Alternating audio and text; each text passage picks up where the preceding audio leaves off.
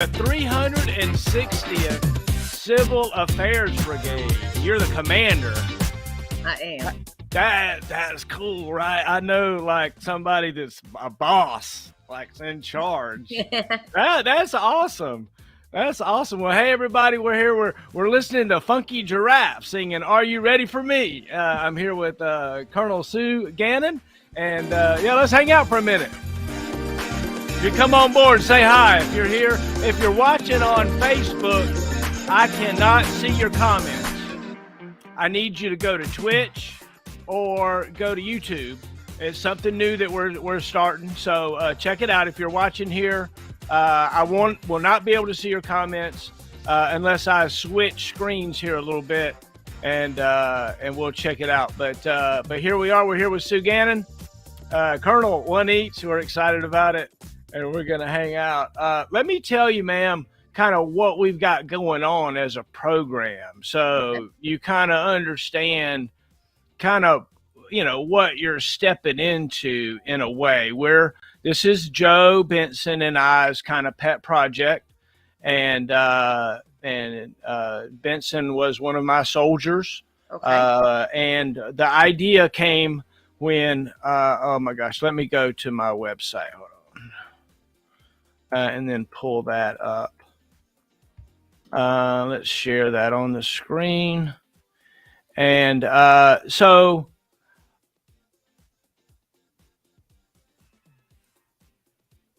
So this is our website here, and basically, there's me, my little picture, and there's Joe, and this is like the box and the coin and the thumb drive that we Joe developed this stuff. He got the box, which the box is coming from Ukraine. With the box is actually a Ukrainian product. Oh, very cool. Yeah, and we have a titanium thumb drive, and then the coin that's serial numbered. And all this started when my Jumpmaster buddy Maggot got sick in 2016, and he couldn't remember. Wow. And so I was like, well, I need to call him and get all this stuff on tape. We need to record all the crazy Jumpmaster stories and stuff that we had together. And so I ended up calling like 8 or 10 people, and I called it Heroes I Know and Marshall in the Middle. And I thought, that it was important to get our stories told. And it kind of tapered off a little bit. And then in 2021 January, Sergeant Mason was one of my soldiers. I was his first sergeant. We spent almost 3 years together, he and I. He was a great soldier of mine, and he passed away. He had throat cancer. And by the time I found out about it, he was in hospice, and they had called the chaplain in and everything when I found out about it, and I was like, why didn't I continue it? Why didn't I get that story? And so now I have over 150 interviews done. Wow, that's awesome. And we have a website, and we have donors, and we're doing a nightly show 4 nights a week where we're talking to veterans about their stories and their histories, because I don't want anybody else to get like, what if I found out that you were sick and you were passed away or something? And I was like, dang it, like our best student ever, right? Our best. I don't think so. Oh, wow. And so that's kind of what's going on. Let me tell you a little bit about our donors, right? Our master rated donors. Oh, look. So that's something new. Okay. So just check it out. So there's something new. So I subscribe to the master class on how to get better at doing this, right? And so I'm being taught by Ninja, who's like the best streamer in the world, I guess. So part of what he said is some of the stuff that I'm doing, right? I've got to have an episode goal. If I'm going to go streaming, then I've got to have donations available and how you do it, and then have things where when people like it or sign up or support, then you get a little dingy or whatever. So we just got our first dingy. Yay! all my little, so there's actually hundreds of us now in the master class, and we're trying to root each other on and stuff. So I know I'm going to have some of my master class guys on here, rooting us on. And also I know I got a good feeling that our buddy from Ukraine that's making our boxes is going to be watching tonight. Oh, so wow. if you're watching tonight, you're Mikhail from Ukraine, please, please check it out. And I'm going to paste again how you can donate. If you'd like to donate and sponsor the show, you go. I just put that link on Twitch, and it looks like it might have went on Facebook this time and YouTube. So if you want to donate to support our episode goal tonight, it's $500. So we appreciate it. We do this on your donations, and we're here with the Colonel. Wow. Hold on. I got to make you big for this. How do we do this? Let me, hold on. Hide. There she is. How do you make Colonel in like 18 years? I mean, golly, come on. It's because I have a weird path, though. So, I was a GWAT baby. So all the captains were pinned at 36 months. When, the 03 captains pinned at 36 months. And then they opened up major for 2 years in my years. And so I was picked up 2 years early for major. And then I picked up in the reserves. And in the reserves for colonel, lieutenant colonel, you pin the day the list comes out. There's no waiting. So it's a really weird career track. Not always good, though. Not always good to go fast. So you're going to be a general in about 2.5 weeks now. No, I don't think so. The way it's going, golly. I was like, when you said that you were like taking command and I initially thought you were coming out of command. Oh, okay. When you told me. And then I was like thinking about it, and I was like, Lord have mercy, she ain't even been in the Army 20 years yet, hardly. But I was thinking about it, and I was like, wow, that's awesome. So I'm so proud of you. So, because all right, so if you're watching, I first, what was it, 2003, 2004? 03. To 03, you showed up as the officer basic course, mm-hmm. and bright-eyed and bushy-tailed and a star. Right, no doubt. You were a star. And look, Captain Lee and I used to sit around and talk about who was going to have trouble, who's going to do great, and you were going a SHORAD path, weren't you? I did. Mm-hmm. Right? So, look, at that time, in those days, you were like, the bold and courageous. Yeah, they would have made a Ranger School poster out of you back then, right? Didn't I see you with a picture of an Avengers platoon? Yep. So okay. So that's crazy. I love it. And I'm so proud of you because obviously your success, obviously you made it through those times. I know you got to have some stories about those times. Oh, yeah. And you said that you had some Sergeant Marshall stories. So I got a Sergeant Marshall story too. So where are you? Oh, by the way, hi to your mom and dad. I hope they're watching. I love seeing them in the pictures. I did a slideshow for you, right? We're going to watch that in a little bit. Have you seen that? No. Oh, let's watch that right now. No. Yeah, we're going to watch that right now. No. Yeah. There we go. Where is it at? Let me grab it up. I'm excited. Here it is. I'll wait to see your golden smile, feel of 1,000 kisses. Oh, please stay a while. I'll reach up to hold your sunlit face. Feels like a handful of silk now. I'm in your warm embrace. Oh, I hope this feeling lasts till the oceans turn to glass and the world around us turns and fades to black. Together we'll hold back the sun in this moment, forever young. Against the stream of time we'll run, baby.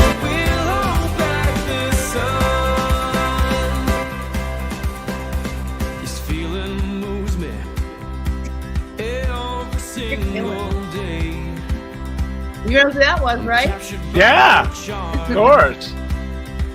Enchanted by your ways. He's actually here.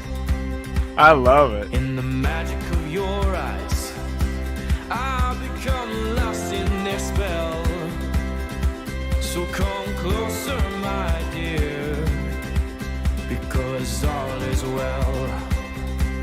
Oh, I hope this feeling lasts till the oceans turn to glass and the world around us turns and fades to black. Together we'll hold back the sun in this moment forever young. Against the stream of time we'll run, baby. We'll hold back the sun. Well, now I know you've been creeping on my Facebook page. Yeah, as soon as you said today you were going to be able to do it, I was like, I turned into immediate creeper, right? Oh my God. Yeah, immediate creeper, like all over your Facebook page for sure. Yeah, no doubt. So we're here with Colonel Susan Gannon, everybody, current commander of the 360th Civil Affairs Brigade. I better stretch it out and get standing up tall, man. That is so awesome. So awesome. I saw the pictures of you there at the change of command ceremony. Yeah. Congratulations. Thank you very much. Congratulations. That's a big, I don't even know. I just can't even imagine. And look, civil affairs, you guys work all the time. Y'all ain't ever just sitting around. There ain't no little pity pat little job you got, you know. You're trying to civil affairs your own country right now. Oh yeah. So where are you from? Where did you grow up at? So I grew up in Buffalo, New York. So I was born in the city and then grew up just south of the city. My entire family's still up in that area. So do you like the cold? So I haven't lived there since I left there. Right. If that's an indicator. Warmer climate. In doses. But no, it's a great town. I just, ever since when I went to school at Pittsburgh and then came in the Army, and I've never lived there since. I've been kind of bouncing around since, but it's always home. Like, it's always been my home. Right. My family is and everything like that. Yeah.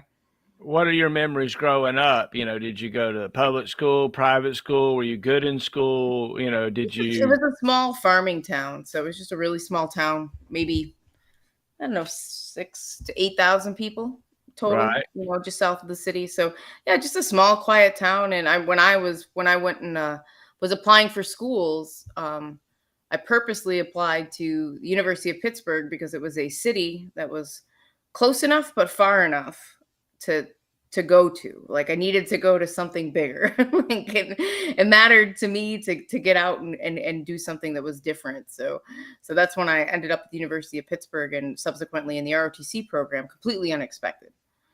Oh, wow. Yeah, I didn't even know what I couldn't have spelled it when I got there. I had no idea what it did. I had no intention of ever going in the Army or anything. I just found out they had scholarships.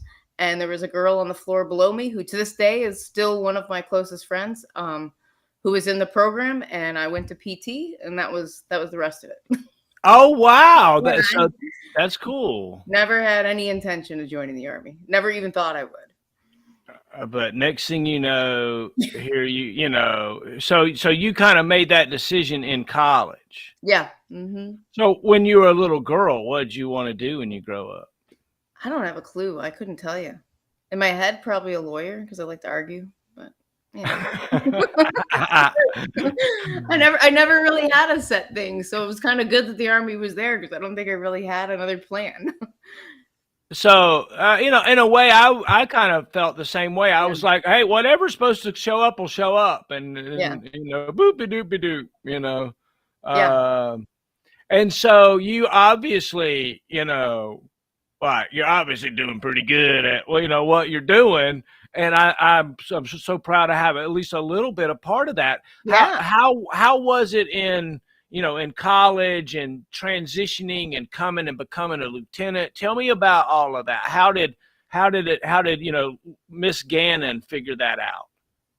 So I think for me, it was because the Army was very much unknown to me, and I was in a very small ROTC battalion at the time. Now the battalion's huge. I mean, they're an amazing battalion, but back then they were very small. I only commissioned with another 5 or 6 lieutenants that day. So coming into it was very unknown. And I remember my sister and I got in my little Hyundai Elantra and drove from Buffalo to El Paso over a course of like 5 days. And, I mean, it was the first time I had crossed to that side of the country. It was quite a big move, but I just remember being like, okay. And then I remember showing up to, signing in at Fort Bliss on the 5th of June. I signed in, and I remember meeting who happened to be one of my classmates who was in that picture, Jen, who is now in this area. So it's just funny how small the world is, and you kind of keep running into the same people. So it was definitely a tremendous change for me, but it seemed to fit, I think. Yeah. So you always did well at PT, right? Mm-hmm. You there was never, you always pulled your weight, and you might have not have been the fastest, but boy, you were well within standards, and definitely a leader in that way. What did you find something that was hard, in the Army?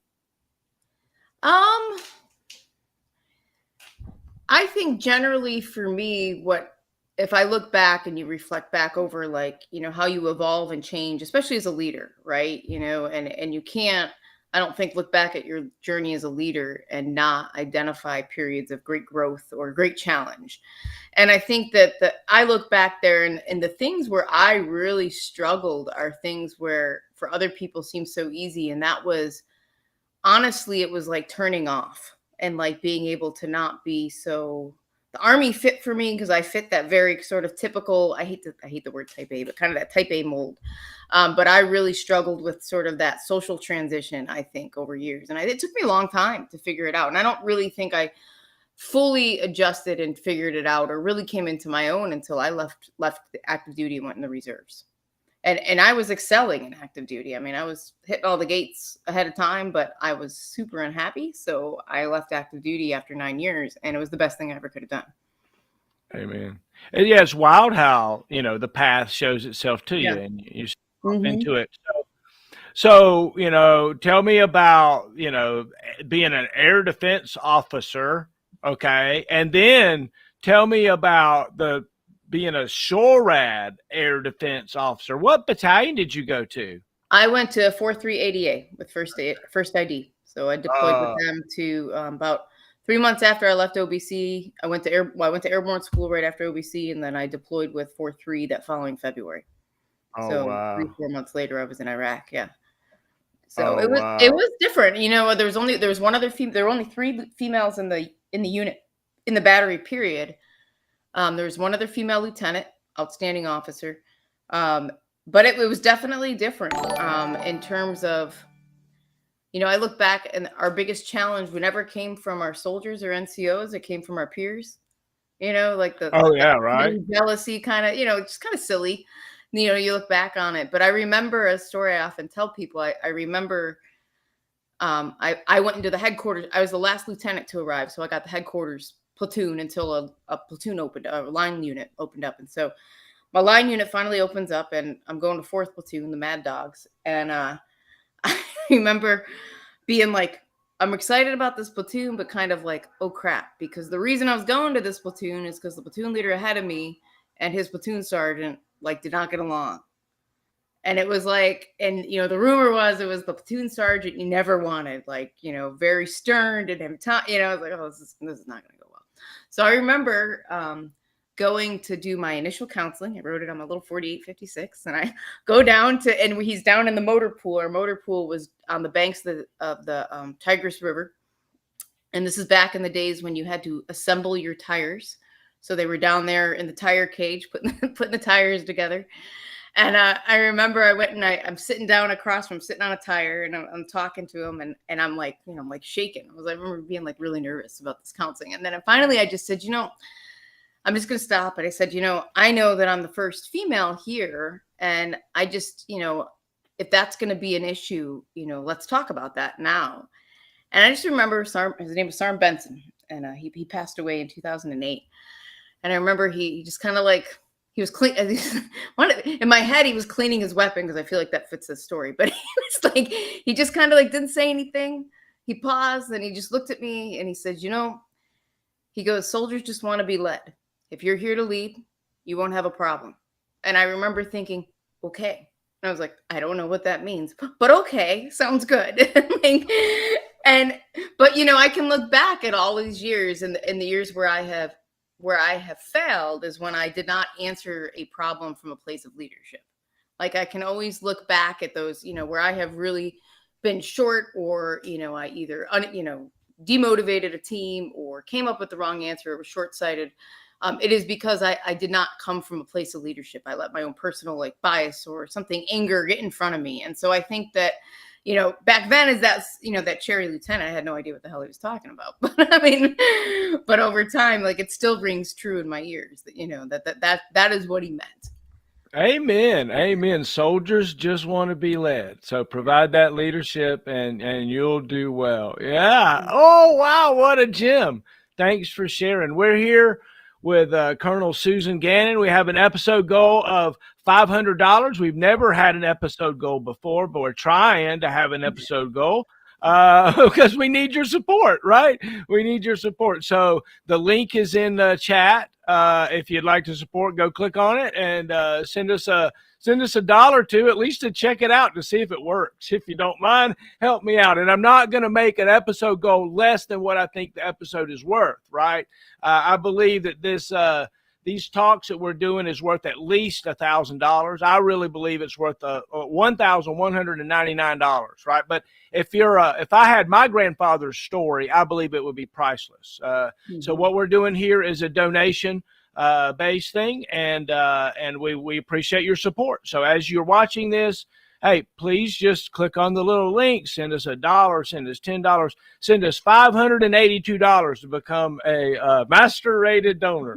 And if you want to be a senior rated donor, sign up monthly. And we really appreciate this. We're doing this, 4 nights a week, and our goal is to capture our heroes' stories.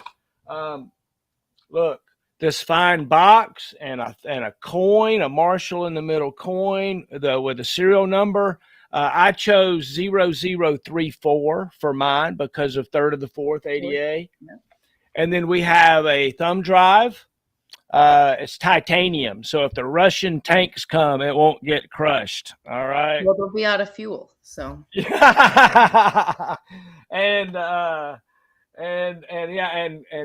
Joe makes all these inserts and things. And so we appreciate all your support. And the idea is just to tell our stories before we get too sick to tell them, If you're on YouTube, please subscribe. I have more videos than I have subscribers on YouTube, right? I'm sorry. Please help. And Twitch TV, that's where we're going to go to. Over time, Facebook has not been a platform over time that's done well with what I'm trying to do. They seem to throttle us in a lot of ways and want me to pay for a lot of things just to even show the content, just to even make the content available. So if you're watching this, look, please go grab you a Twitch account. You're like, Twitch. Hey, look, go check it out. If you hadn't checked it out, twitch.tv. You know what it is. Yeah, right. / Marshall in the middle. I was watching Rogan the other day, right? And Rogan had a guest on. I forget who it was. But the guest basically said, if you're over 50, you probably got a TV in your home on 24/7. If you're under 50, you probably don't ever turn your TV on. And it was wild. I thought about my parents, right? Their TV never goes off ever. And it's always on the same station, right? Yeah. Unless they're watching something that they've taped. You know, right. They, you know, remember, like, I remember the days when I used to have to program Ginger's VCR so we could tape General Hospital, right? Oh, God. So you got to tell me a Sergeant Marshall story. Do you Oh, remember man. a Sergeant Marshall? What do you remember from those days? So yeah, I mean, it's funny because it's over the years. You know, ADA is so small, so I've run into, and I ended up in my civilian job working in the Demo Fires on the Army staff, which is just does all the air defense and field artillery. So I've run into a lot of the same characters. I have to, you know, over the years. You know what I remember? Do you remember? It was the final field exercise, and we were doing a patrol to, I don't know where we were going, but there was a character in front of me from the class, whose name I won't mention, who collapsed. And you were standing there, and we were like looking, and he was in front of me, and we're in the sand, right? And I'm a Gregor, and he collapses. And I remember, and you never got mad. I can think of very few times that entire time you ever got angry. And I just remember we opened up his ruck, and it was filled with bottled water, because he didn't want to drink out of the water buffalo. It was the only time that I remember you just like being unable to speak.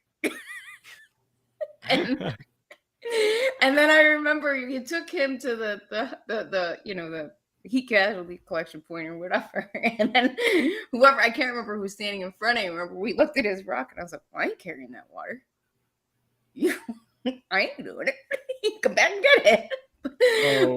Yeah, that's what I remember from that field exercise. But I remember it was a fun time. It was a really good class of people. I remember it was and it's interesting, like, over the years, how many of them, both in the civilian world and in the military world, I've run into, and we remember that class. Like, I don't remember Captain's Career Course that much. You know what I remember? Elements of it. But maybe it's because it was that, you know, that inflection point, that beginning point in my career is why you remember so much of it. But yeah, I can't tell you how many people I've run into. We remember different elements of the class. It was great. So you were in the same class with Rich Cole and Jen Smith. Yeah. And there were several other. Was Amy Cleefish in your class? I don't remember that name. Golly, just so many there were only great 5 or 6 females in the class that I remember. Yeah. Jen was the only one with Joan Holine. Yeah, right. You guys are what I think of as the Mary Kay class. I think Ginger tried to scoop half y'all up. We did have a Mary Kay party. We did. I think of you. I remember that class as the Mary Kay class. Ginger had a Mary Kay party and had y'all over there and great times. Yeah. I think we had a barbecue over there where I like half cooked some meat or something. Yeah, that's right. I'm trying to remember. Yeah, I remember her doing it. And I couldn't remember where it was though. Yeah, funny. Oh yeah. So you know, tell me about, you know, being a platoon leader, and to finish the story about, you know, your first platoon sergeant, SHORAD platoon, Avengers. You're already deployed. I mean, come on. We were all force protection though. You know, I mean, there was no air threat then, right? So we were doing convoy escorts, and then we were out at Objective Midland, which was a retrans site that we secured, and we did the force protection and all the logistic support for it and stuff like that. So, I mean, I remember it was a long year. It was a hard year. You know, it was trying towards the end. I remember coming back and it being several months, maybe almost a whole year before I could get used to not having something to do every day, right? You know, like that turning off or whatever. But I mean, it was a rewarding year. I mean, I learned a lot in that year. And I would say that year laid a foundation for me that I think I've built on over the years. On, you know, whether I knew at the time that was, you know, that those specific experiences or actions were going to be that foundational block. I can look back and trace it back to certain, you know, incidences and, you know, or times there, reactions with people that really did impact me. And I will tell you, to this day, I could probably remember the name and the home of record of every soldier in my platoon. Wow. I don't know why. I remember I used to, and I used to study it all the time. I still have it in my leader book. Like I still have my, I still have that leader book, and I still have the, in fact, I just have a buddy of mine just framed it for me so I can put it up in my office. In the reserves was the first official piece of official correspondence I wrote for the Army, which it was a wartime environment. So it was very serious. It was for chalk block and drip pan retraining, because in order to get my dispatches back. Oh my gosh. I was talking to somebody last night that was talking about how they carried a drip pan all weekend around because they, forgot something one day or something. It's wild to think about what a standard is and what you have to do to enforce that standard, right? Without subject to you can't put everybody in jail, and you can't give it. You got to. Write us a letter. But then there's the limits, right? Then there's the when have we crossed the line into idiocracy? And I remember the reason that happened was, we drove up from Kuwait, so we crossed the berm and drove up to Tikrit, and so I don't think we were in the country. I don't think 4th ID had left yet. I don't think we had finished our RIP TOA, but we were in our building, which was right on the Tigris River. It was up on a hill overlooking the river, and our trucks were parked down low. And they had the connexes were sitting down there too. I mean, I don't think we were there 3 or 4 days. And I remember it was like 5 a.m. and someone comes flying into the building and goes, "Everybody up the water, the water." And they had opened the Mosul Dam. So now all the water is coming down the river. And so the water was rising, right? And so we're down there getting all the trucks out of this motor pool. And on top of that, there's pictures of us standing like waist deep, daisy chaining the sensitive items up out of the, because we had just gotten there, right? And there's it. And so we finally, it's a long day. We finally get everything at least moved up out of the way. And that night, I was in the headquarters platoon at the time. I remember we went and finally went to grab Chow, and Chow was on the far side of the fob. So we go over there, and I'm walking in. I'm exhausted. I remember I'm walking with my tray to go sit down, and I hear Lieutenant Gannon, and I'm like, what? And I see my company commander, or battery commander, bright red, and I was like, well, he's like, get over here. And I was like, what's going on? He's like, you have no chalk blocks or drip pans underneath your trucks. And I was like, well, they're probably in Baghdad. Like, nobody thought to run under and grab them because the water was literally like, and so the battalion commander found that we were missing them. And so they suspended our dispatches, and we had to walk 1.5 miles back from the chow hall. And I couldn't get them back until we did chalk block and drip pan retraining. Oh, wow. So What? The memo is, I've kept the memo as a reminder of to temper myself. Like, when does it matter? Oh, that's a great lesson, right? That's one of the interesting things. One of the first essays. I did a master class. I'm doing a master class on streaming, by the way. The master class on streaming tells me I'm supposed to tell you can find me on twitch.tv/Marshall in the Middle. The other thing it says is I have an episode goal of $500. If you want, you can click on the link and give. And the third thing is, isn't it amazing how you learn what to do many times by being exposed to what not to do, right? Right. You're like, oh no, we're not going to do that. Yes.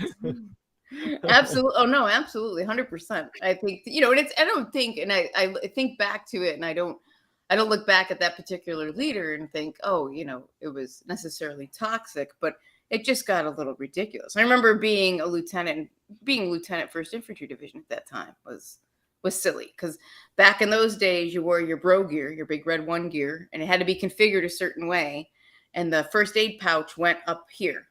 Well, I'm a left-handed shooter, so it is very hard to shoot with the first aid pouch sitting right there. So I would scoot it over so I could pocket my weapon on the range. And the division sergeant major showed it up our range one day and, dressed me down because I had moved my first aid pouch. And I just remember thinking, he's like, how are you going to be able, if you don't have it in the same place, you're not going to be able to render aid. And I was like, well, I'm obviously not going to be able to shoot the enemy either because of the weapon. It can't going to them. And it was just like one of those things where you're just like, I think we took this too far. Like, I mean, it matters. Standards absolutely matter. And ensuring that we enforce those standards and we hold each other to them. But then we get silly sometimes. Right. So do you remember any really good days being a platoon leader of an Avenger platoon? Oh, you remember a specific thing that happened or a time you're really proud of? You know, I remember we were out at the retrans site, which was, you know, it was like where First ID and 25th ID's footprints overlapped. So there was a small retrans configuration there. And it had been one for Saddam's army, because I remember all his old comm shelters were sitting, the Iraqi army comm shelters were sitting out there. And so we owned it. And it was also positioned in the mountains, or not really mountains, more like foothills, but where the Apaches and the tanks would come out and fire. There was enough space out there for them to fire and, you know, test fire, do ranges. And for some reason, we got a surprise visit. I found out 20 minutes on the DNVT, which I could barely understand the guy on the other end of it. Assistant Division in his helicopter. And I remember thinking, oh crap. I was not ready. I mean, I knew everything was fine, but I was like not ready for him to come. And I also had known that the division commander had come out to the site for the platoon that we had replaced about 2 months prior. So we had been sitting there, I think, about a month and a half, I feel like, at the time. I don't remember, timelines might be off. But the platoon that had been out there prior, and the division commander surprised, and it did not go well. Oh. And so now I'm like, oh crap, right? So I remember he lands, and as soon as he landed, you know, I just remember looking at, you know, my platoon sergeant at the time. I was like, all right, like, let's put this together. And I like reverted back to like the basics of ROTC and how to brief the terrain. Like, and I remember I just took him and I led him around the site and I briefed him, and took him to see my guys, and they were able to brief their mission and intent and all that stuff.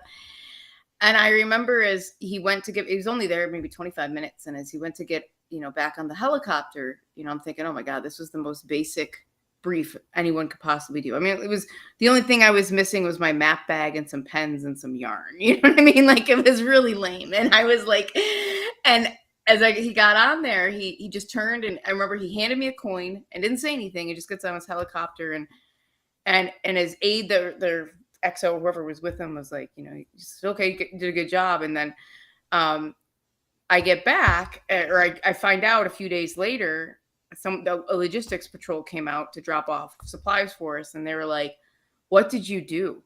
Like, how did you brief? Because they want to know what you did, because it went really well. And, they said it was the best brief they'd ever gotten. And I was like, literally went to the basics of and no one believed me. And then fast forward, we came back from there, and they opened the museum exhibit. And at that time was in, oh my goodness, what was the name of it? North of Würzburg in Germany. I can't remember the name of the concern, but we were there for the opening, the memorial, and the opening of the thing. And we're going through there, and his name was General Morgan, and he sees me and he pulls me aside and he drags me over the division commander. And he's like, this was the best platoon I've ever seen. And I was just like, thinking to myself, literally the most basic brief one could possibly give. And I don't even know if it was true. It's like, it's like dog and pony. Like, feeling so good about it, because the reason it came together was because my team, because we, as a team, we immediately, surged on it and pulled it together. It wasn't because I pulled it together. I was just a lieutenant walking people around. My team immediately, seized on the objective and just put it together. And that, we didn't have to, and we knew exactly. And I remember that there's such a rewarding feeling when you're with a group of people and that team gels and it works, and it's like a physically rewarding feeling. It's like being around your best friends, you know what I mean? And so remember, that's the only reason it worked. And to this day, I'm always like, man, kind of lame. No, never lame, never lame. It's odd because you think it's lame, because you realize that doing your job is important, and you covered those basics, right? Your guys and gals weren't out there sitting at the, with their feet propped up, right. with their range cards turned over and colored, colored on the backside or something, right? Oh wow! So did you find a time in your career ever that you were like firing your weapon at the enemy, or cowering in danger, or helping somebody that had been injured? So not so much for me. So for, on that first rotation, we were pretty blessed. We did a lot. We were on the road quite a bit, but we got there, what is it, a month and a half after they caught Saddam into Crit, really sort of calmed down at that time. Everything sort of moved towards the south in OIF2. So it wasn't too bad. I remember Fallujah. I remember, watching it. I remember being off in the distance and watching, kind of, seeing the medevac elevators, but I was not. And then all my subsequent deployments were either with Patriot, which they're not doing that. And then, they weren't at that time. We were, in the beginning of the Iraq War, totally different story. But, when later on, when I deployed in 07, 08, it was, out of Qatar and Kuwait. And so it was just a totally different experience. Wow. To do that. So, and then my last overseas mobilization was with the reserves, and it was back in Kuwait doing civil affairs planning and traveling all over the region, but nothing up north. So, what was it? Like if you could like look back on your career and go, Avenger platoon leader, like, or what are you gonna give it? You're gonna give a thumbs up, ain't you? So definitely a thumbs up for like the leadership experience. I will tell you, I didn't walk away from there like a technician in air defense, because we didn't do air defense, right? And then I moved from the unit inactivated, and then I moved to back to Bliss. And that's where I ran into you again, and so I was back at Bliss, and was a battery XO in 11 ADA before they pushed out to Okinawa. And so, I was back in Patriot, which I was not a technician there. So that's the only thing with air defense is I never spent enough time in the right positions. And that's, to the earlier comment of like moving fast isn't always better, is I never spent time in some of those positions to really absorb more technical skills. It's a shortcoming that I've always, have had to acknowledge. And even most recently, before I took this command last week, I was in a G3 position, which was my first primary staff position as an officer, which not really the best one to start with. Well, right. No. It's not. Because of how I moved and it was fast. Like I never spent time assistant 3. No. Let me tell you, you don't even need to talk about that. You're a star. You have always been a star, and the general saw it. I saw it in OBC. I'm serious. No doubt about it. No doubt about it. So you can say but whatever. Just enjoy you're talented. You are, and you've always been that way. And that's one of the reasons you were selected for some of the jobs that you have had in the past and the ones you got now. I mean, it's not changing. And it's not changing. It's and you're blessed due to your talent and your hard work and your values, and it all just kind of shows. Great upbringing. Tell me about your parents. So they're both both still up in the Buffalo, New York area. My dad was a title examiner, like in real estate transactions, and then my mom was a nurse for almost 40 years. 35, 40 years, long time. Wow. Yeah. So they're all still up there, and with my other 4 siblings and my 2 nephews. So enjoying it. Yeah. I saw the picture with you and your nephews with their airborne shirts. What was it like to jump out of airplanes? How many jumps do you have? So I am, with last weekend, maybe 25 or 30. So I didn't jump. Somewhere in between there. I don't think I hit 30 yet. So I didn't jump. I went to airborne school and swore I'd never jump again. And then I showed up at my civil affairs company in the reserves, and I was like, well, these guys have room berets. Like, that's weird. Had no idea there were airborne units in the reserves. And so a month later, I did my cherry jump up in Fort Dix, New Jersey. And then all of my other jumps have been in the reserve. So, you know, so I've done them all in the reserve. So, so we're at about 20, I want to say 25 or 30, so somewhere in that lane. I'd have to look at the log. Oh, that's great. Yeah. Paratrooper. Yeah, never thought I would do it. Never. I remember telling somebody when I was leaving active duty, I was like, you know, I'm going to miss this about active duty, and I'm going to miss this. And I was like, you know what I'm not going to miss is jumping out of planes. I'm glad I never went to an airborne unit. My airborne school experience was so miserable. Like, I remember hitting my head. I remember, but there was no way I was doing it again. So I was like, we're getting this over with. And I never ever expected it again. You just never know. You never know where things will lead. But it was definitely been a community, you know, in the reserves that has been extremely rewarding and extremely challenging and in a good way, you know, for me that I think if I had continued on active duty, I was on track to probably be a pretty toxic leader. I had the tendency, because I don't think a toxic leader is one or the other. I think conditions can set you up to lead in a toxic way. And I think I was on that track. So I think the reserves really helped yank my chain and get me back on track. So, but, you know, and I don't think that would have happened otherwise. I think if I'd stayed on active duty, I would have kept just driving through and not paying attention. But so, you know, expand on that a little bit, if you don't mind. I know it's vulnerable to talk about things like that, but you brought it up. So tell me, if you don't mind, what you mean by the, you know, how that manifested itself in you and how you might. I think for me, it became, you know, I was always very focused and very, you know, I was always, you know, have that like kind of always, and I still do have that like sort of workaholic type tendency where, you know, the mission is important to me, and the Army's always been, you know, the people on the team has always been important. But I can look back to certain times and when I was a captain on active duty where it was, you know, I was working 12, 14-hour days, and that's not. I was a producer. I mean, I produced on paper. I looked fabulous. I mean, I got picked up 2 years early. I was fabulous. Nobody liked working with me. I got you. Like, yeah. I was not a good mentor. I was not a good, you know, and then when I got to Virginia, so I PCS'd from El Paso after my battery command and got to Virginia and was on the joint staff. So I went from being a battery commander, you know, in an air defense unit to, you know, being like, take your daughter to work day on the joint staff. I mean, like a 26-year-old captain, you know, like it's very, and you're not busy at first. Like you go from going 200 miles an hour to 0.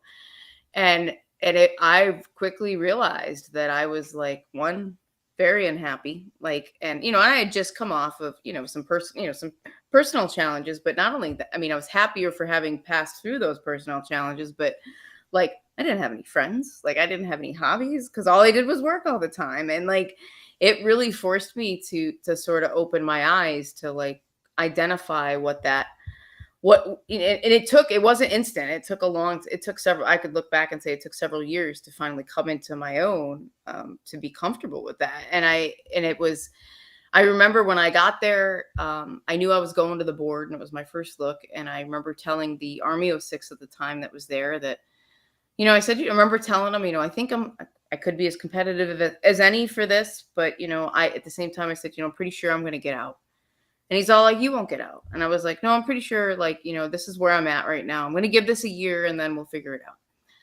So I got notified I was selected about, you know, 7-8 months later, and I dropped my paperwork 2 weeks afterwards to get out. And people were just like, well, you can't go. And I was like, I don't want to be here. Like, I'm not happy here. Like, no one ever asked me, you know, what brought you here. No one ever sat me down and said, you know, what is challenging you to stay here? You know, what is it that you were? Because the immediate, you know, when I got notified, I got picked up. I think one of the triggers was not trigger, but like that made me say, hey, look, I got to figure out if this is what I really want to do. Is you know, one of my old bosses called me to tell me the good news that you were picked up early, and we've got a spot for you in 11th Brigade. So we're going to put you straight into this position. We're going to say, and I was like, I do not think that's what I knew what those positions entailed. I knew I could do them, but it did not sound good.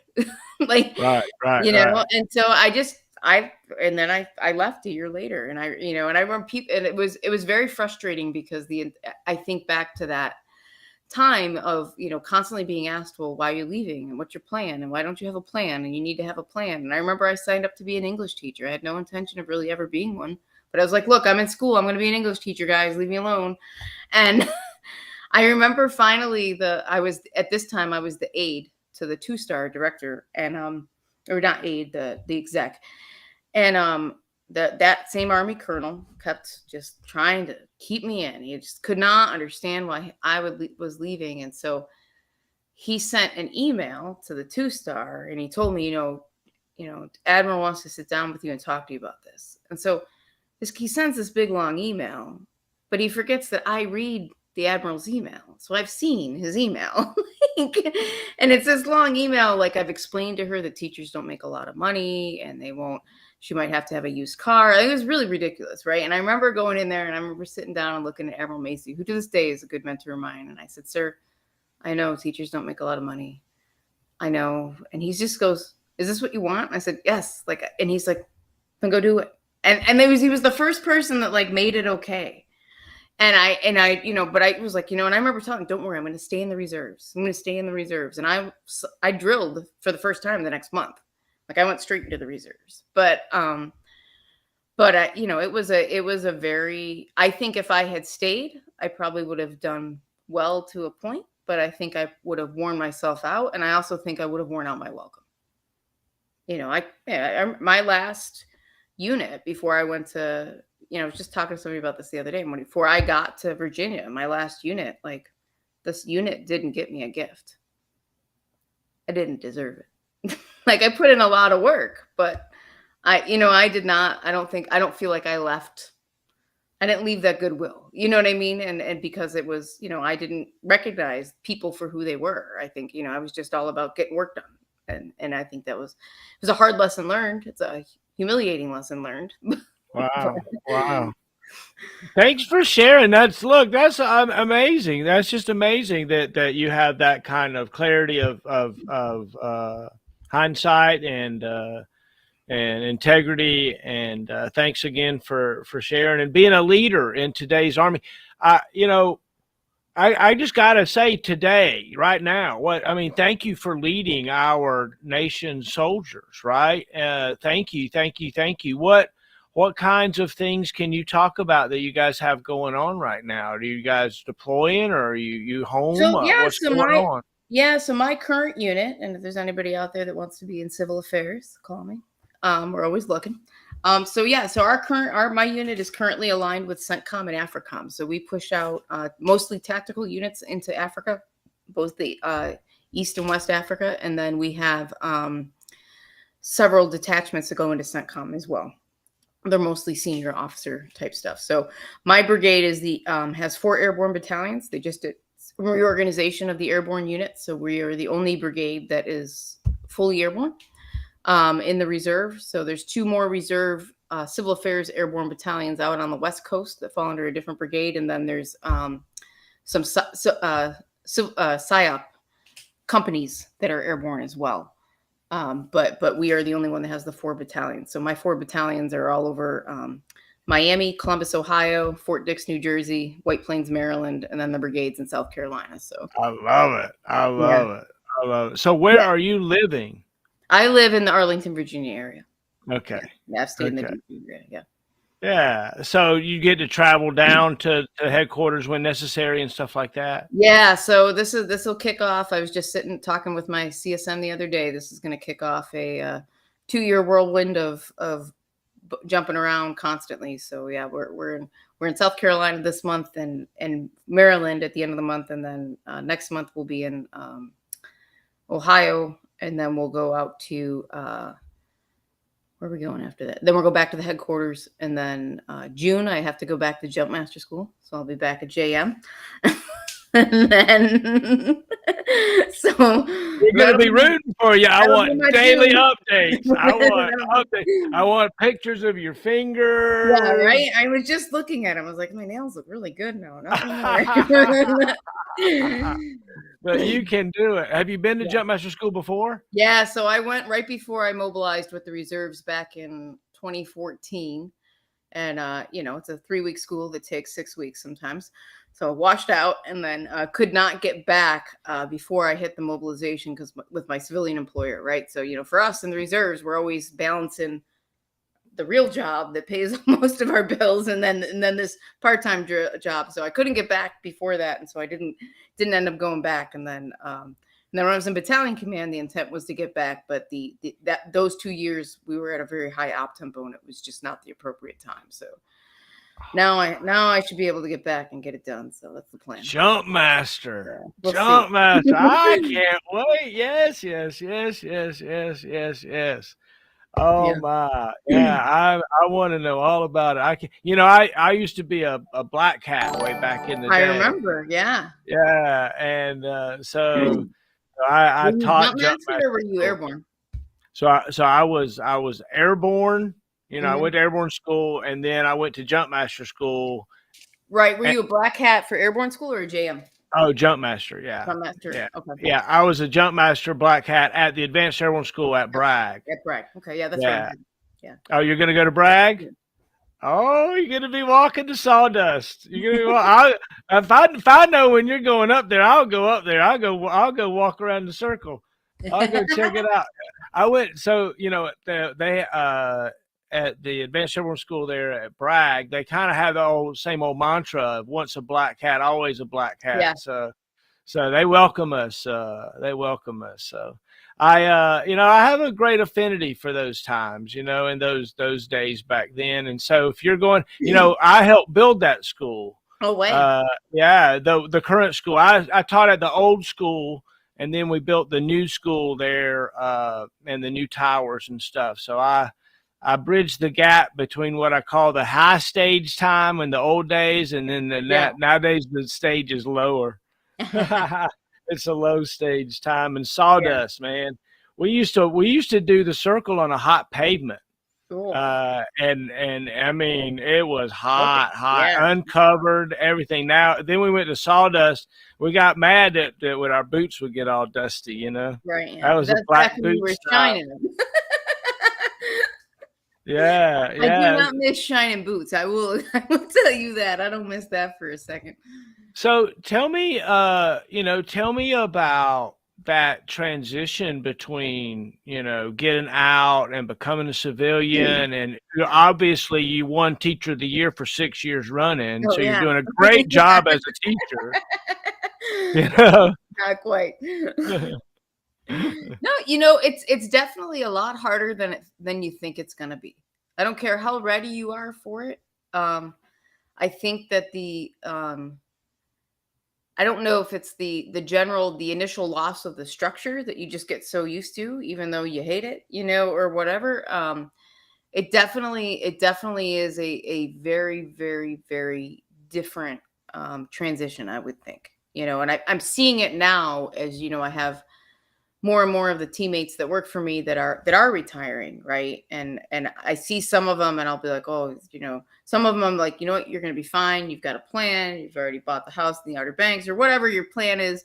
They've been thinking about it. And then there's a lot of them that come up on that transition and they really don't think about it until it's right there. And that's kind of how I was. I knew I wanted to go. I knew it was time to go. I really didn't think about what it was going to be like afterwards. And I remember I bought a condo that I will actually sell 10 years to the day after I bought it at the end of the month here.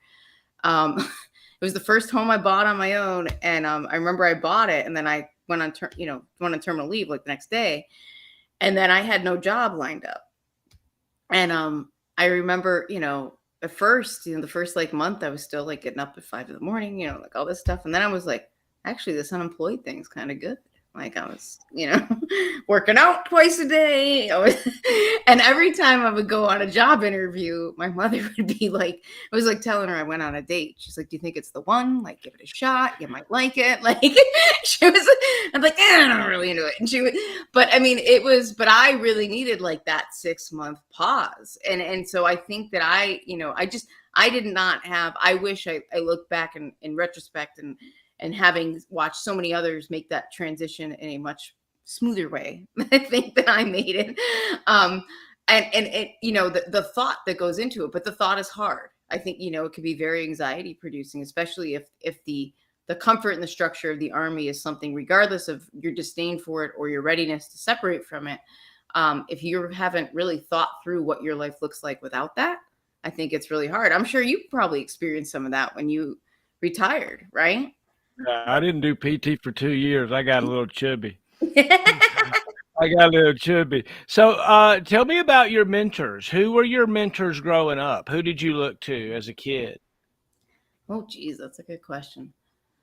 I had a couple of teachers that were very, I remember, because I was, that were very, that would sit me down and provide. I was this may surprise you, I was very stubborn as a kid. No. And did not receive feedback well. But I remember having a couple of teachers that were very, that took an interest in me and seeing that, because we joke in my family. So I'm the second oldest and out of 5 in an Irish Catholic family, and I'm the oldest female. And typically the oldest female kind of takes on, it's just that's the way it is. I was babysitting, I remember started babysitting when I was like 10 and a half or 11. Like today, you would never have a 10-year-old babysit your kids, but that's what we did. And so I was always sort of in charge and doing things. And so I had a couple of teachers I remember that definitely took an interest in me and sort of helped me identify, certain things that, maybe I would excel at or areas or help push me in certain ways. Were you a good shooter with a gun? Were you good with a weapon? I'm decent. I won't say good. Good. Yeah. It's because the first aid pouch is in the way. That's why. Oh yeah, right. We heard about the first aid pouch. It's interesting, right? It's interesting. One of the things that I always thought about, that I figured I wasn't a very good first sergeant or a very good platoon sergeant, because I never found that I had a quirk. Like, seems like all good leaders, my favorite leaders, they all had some quirk about them, right? Like, get off my grass, or your uniform's messed up, or, it was, I was just too middle of the road. I was like, you stand at attention pretty good. Mine is missing SP. Oh, you don't want to miss SP. Lose your mind. To this day, if you're late for a meeting, it's just. Oh, okay. So timeliness. Yeah. And that is not an Army thing. The Army's exacerbated it, but I've always been early. But yeah. Oh, I love it. What are your hobbies? What do you do when you're doing nothing else? Yeah. So it's great. So I found some eventually after I left active duty, and found some hobbies and friends. Got a few of those too. But I really enjoy cooking. I really enjoy hiking. Spend a lot of time hiking out in the Shenandoah Mountains around here, and and just like live music and spending time with friends and things like that. But yeah, it's good. Life is good. I can't complain. Amen. Right. Amen. That's awesome. So, what kind of car do you drive? What kind of car do I drive? Yeah. Are you going to tell me my car warranty's expired? No. Is that your other pick? Yeah. I love those commercials. Oh, the funny things are hilarious. I saw one the other day where there's a guy in a deer blind, right? And somebody comes and busts in the deer blind. It's like, it was a deer. It was like, hey, I wasn't wanting to talk to you about your extended warranty. Yeah, I think I got 2 of those calls while we've been doing this. That's so funny. No, I've got a Jeep Grand Cherokee. Oh, that's awesome. If the new ones, man, have a big old engine in them. They got some really nice ones. It's not bad. It's a 6, but it's not bad. Oh, it does what I need it to do. So. Oh yeah. So, tell me about battalion command. You know, that's got to be, Best you know, job I ever had. right? I'd go back tomorrow. So tell me about that. Tell me about your sergeant major, and tell me, you know, tell me about that kind of stuff. Yeah. So battalion command I was in, that was 17 to 19. I took that was actually, I ended up taking the battalion that had the first battalion I served in the reserve. I ended up taking that battalion, coming back to it. So it was the 450th Civil Affairs Battalion, Airborne, out of White Plains, Maryland. And it was a challenging 2 years, especially from a reserve standpoint, because we were part of an initiative at that time called the Ready Force. It was back when there was a lot of concern with the Korean Peninsula and things of that nature. So we were tagged in that piece, and we did a lot of work in 2 years for an active component battalion, much less a reserve component battalion. And it was hands down one of the best. It is hands down so far been the best job I've ever had.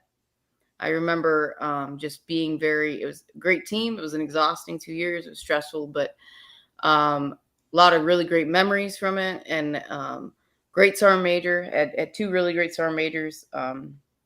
Had Sergeant Major Tizio, who's to this day will still tell me how to drive and park my car. But but great guy from Philly. And then another sergeant major, he was my ops sergeant major, Sergeant Major Pruitt, who to this day is a close friend and mentor of mine, like a true mentor. And he was actually my first sergeant back when I was a company commander. So we've known each other quite a while. So really, really fortunate. And I remember I left battalion command to go on a war college fellowship up at Tufts University. And I remember after I changed command thinking, like, you know, in about a month and a half, I'm going to feel this. I'm glad I'm not here, because it's always bittersweet when you leave one of those things. And I will tell you, even though that fellowship was the best year of my entire life, because I'll be an auditing grad student for the government any day, I would have gone back that next day. I would still do it today. I still, it was hands down the best, most rewarding position I ever had. Amen. Amen. Yeah, really look, you have folks in a reserve unit that's like a family, that's they've been there for, some of them 20, 30 years, you know, doing the same kind of things, right? I've been a platoon sergeant for this platoon for, 17 years. It's interesting. So and the units are all different. So some units, we call them homesteaders. Some units, people, and the 82nd and Germany units, kind of a similar thing, right? Where people sort of bounce in and out of them. And the ones in the unit I had for company and battalion is here in the DC area, which is a very transient area. So you get a lot of turnover, a little bit more turnover. You have a lot of people that have hung out there for a long time, but you have a lot of more turnover. And you also get some of the most incredible soldiers you've ever met, E4s that are PhDs and teach physics. Your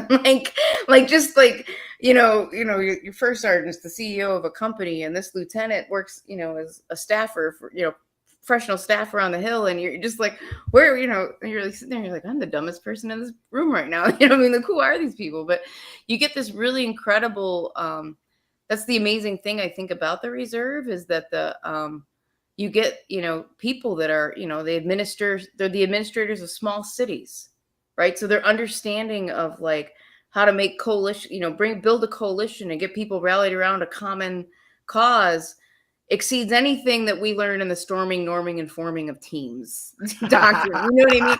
Not that isn't good. These people are out there living it every day. And so you really get this complement of people that really challenge you how you think. They really pull you outside of the box. And I think civil affairs attracts maybe a little bit different population, but I would argue even a logistics unit has people that have these, just bring these really unique skill sets that when you are, born and raised in the Army, if your only professional experience is the active component military, you don't get that enrichment.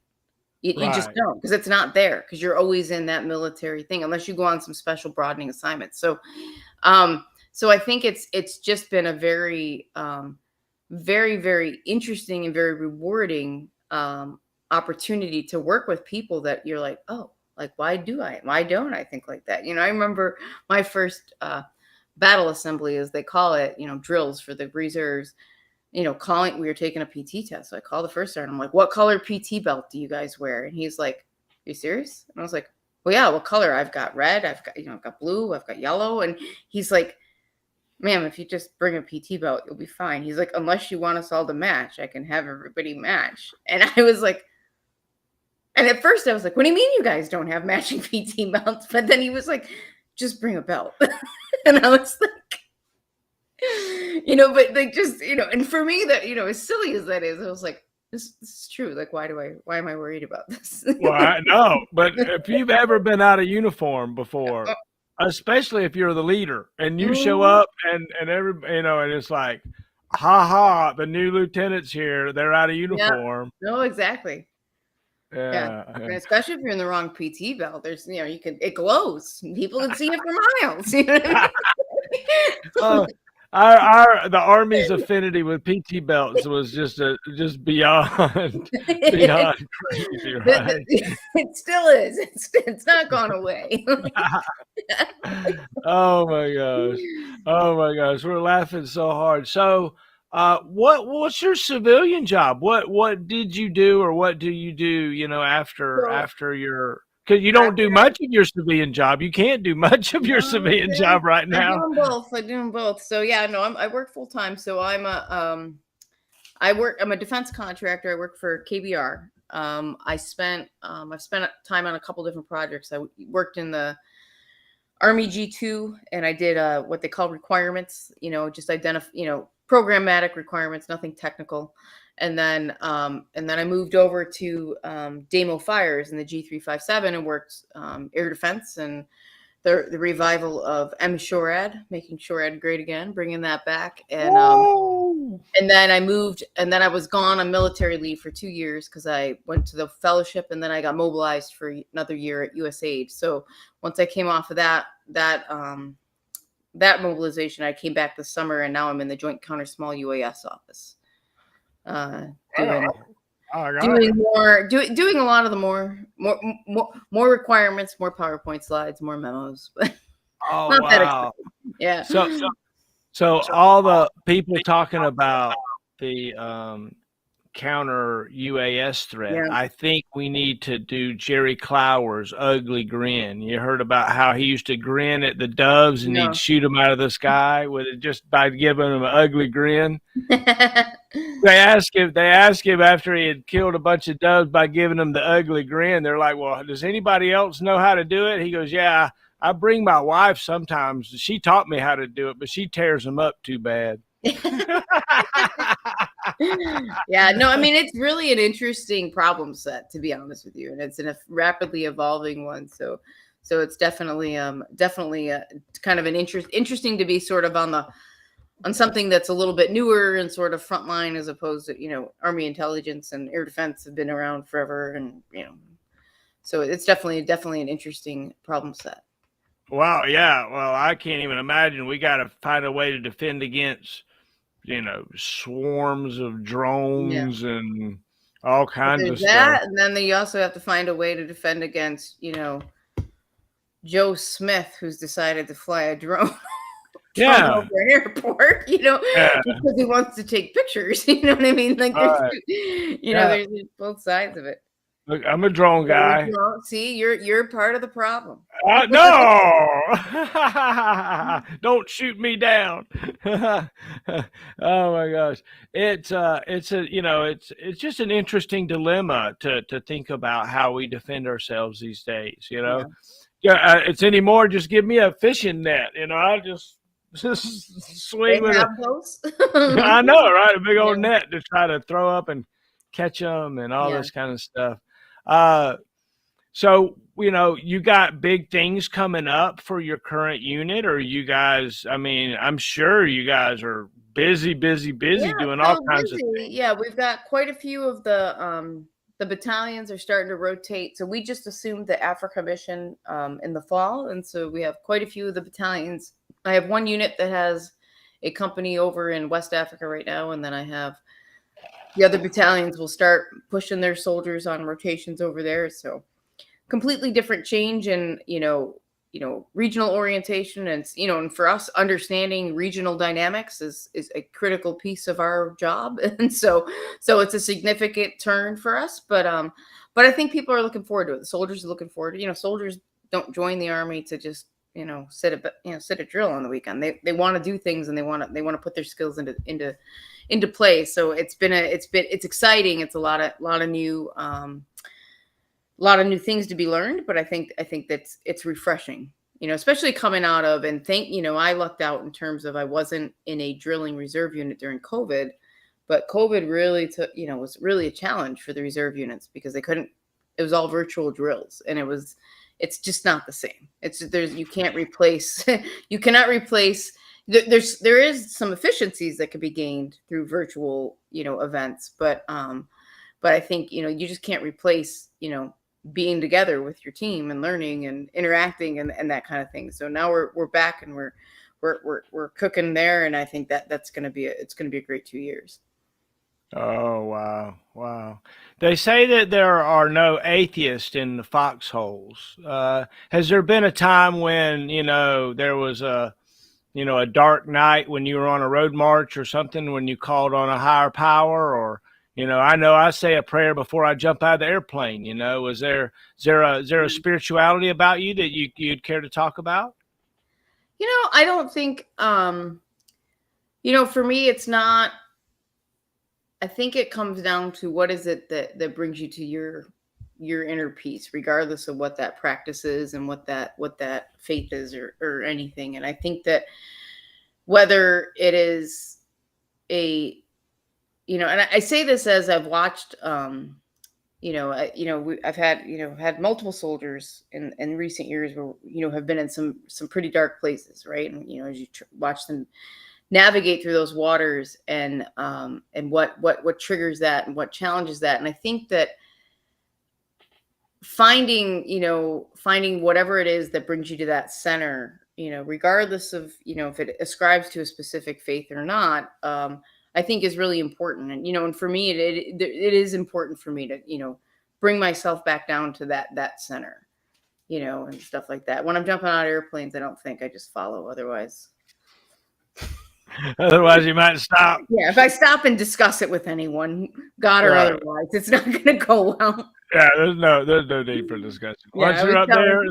I was telling CSM the other day, because this jump that we did on Saturday was the first one in 3 years. And I was like, every time I do the first jump after a while, I'm always as soon as the door opens, I'm like, what am I doing up here? Why are we doing this? And once I'm out, I'm good. But oh, that's great. That's great. Oh, wow. And well, being in a unit that's so unique like you guys is, having that cohesion of jumping out of an airplane, that builds a lot of bonds. Absolutely. Yeah. It builds a team. It helps, build that team, the foundation of a team, because you're doing dangerous things. You're relying on each other as you do. The jump masters are the stewards of the airborne program, and you're relying on those teammates, and you're also relying on the paratrooper in front of you and behind you to do the right thing as well. And I think that it really does inspire a level of cohesion that I probably definitely didn't appreciate, being a leg, not a leg, but being non-jumping for all those years on active duty. But it also, it's a little bit of extra swagger when you're jumping out of planes on the weekends. So yeah, I can't wait to see you pin your senior wings on, right? Yeah, look at there. Sergeant Major Fernandez likes the stream. Thanks, Sergeant Major. I appreciate it.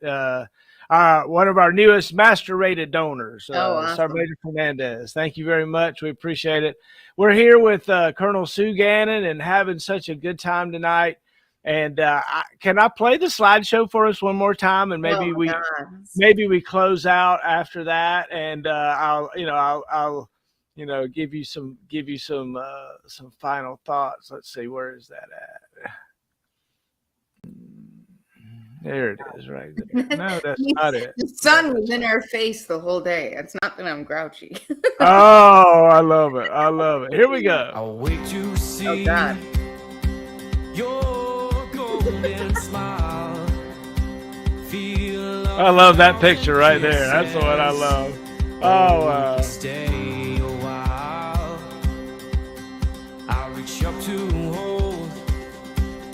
your sunlit face feels like a handful of silk now. I'm in your warm embrace. Oh, I hope this feeling lasts till the oceans turn to glass and the world around us turns and fades to black. Together we'll hold back the sun in this moment, forever young. Against the stream of time we'll run, baby. We'll hold back the sun. This feeling moves me every single day. I'm captured by your charm, enchanted by your ways. In the magic of your eyes, I've become lost in their spell. So come closer, my dear, because all is well. Oh, I hope this feeling lasts till the oceans turn to glass and the world around us turns and fades to black. Together we'll hold back the sun in this moment, forever young. Against the stream of time we'll run, baby. We'll hold back the Airborne. Airborne. Look at them eyes. Wow. Colonel Yeah. Susan Gannon, everybody. Oh, I love it. Thank you so much. Thank you Thank so you. much for hanging out. I've had a blast. If you're watching, you can find us on Twitter, on YouTube, on Facebook, and now on twitch.tv/Marshall in the middle. We didn't do too well on our episode goal tonight, but I just didn't know what was going to happen. It's interesting to see. It's interesting to see how things work. We did get some alerts from people that checked in and things like that. So, ma'am, thanks so much for being here. I'll give you the final word, and then we'll sign out. Ma'am, go ahead. Oh man, I'm not ready for that. I honestly wasn't sure what to expect, and I just want to say thank you, and I appreciate the why behind your doing this. I really do, and I appreciate that you are making this available to so many. So thank you for doing that, and that doesn't surprise me for a minute. This is the Sergeant Marshall I knew 18 years ago, 19 years, going on 19 years ago. Yeah. So doesn't surprise me for a minute, but I appreciate that, and I appreciate the opportunity to be here tonight, because I reflect a lot on how these 19 years have changed and evolved, and I look forward to where the next 19 years go. So thank you so much. I can't even imagine. All right, we're here with Colonel Sue Gannon, everybody. We're going to close out with, "Are you ready for me?" My funky giraffe. What is the funky giraffe? Did you write this? No, that was the end of it. It's going to start. Here we go. Turn it up.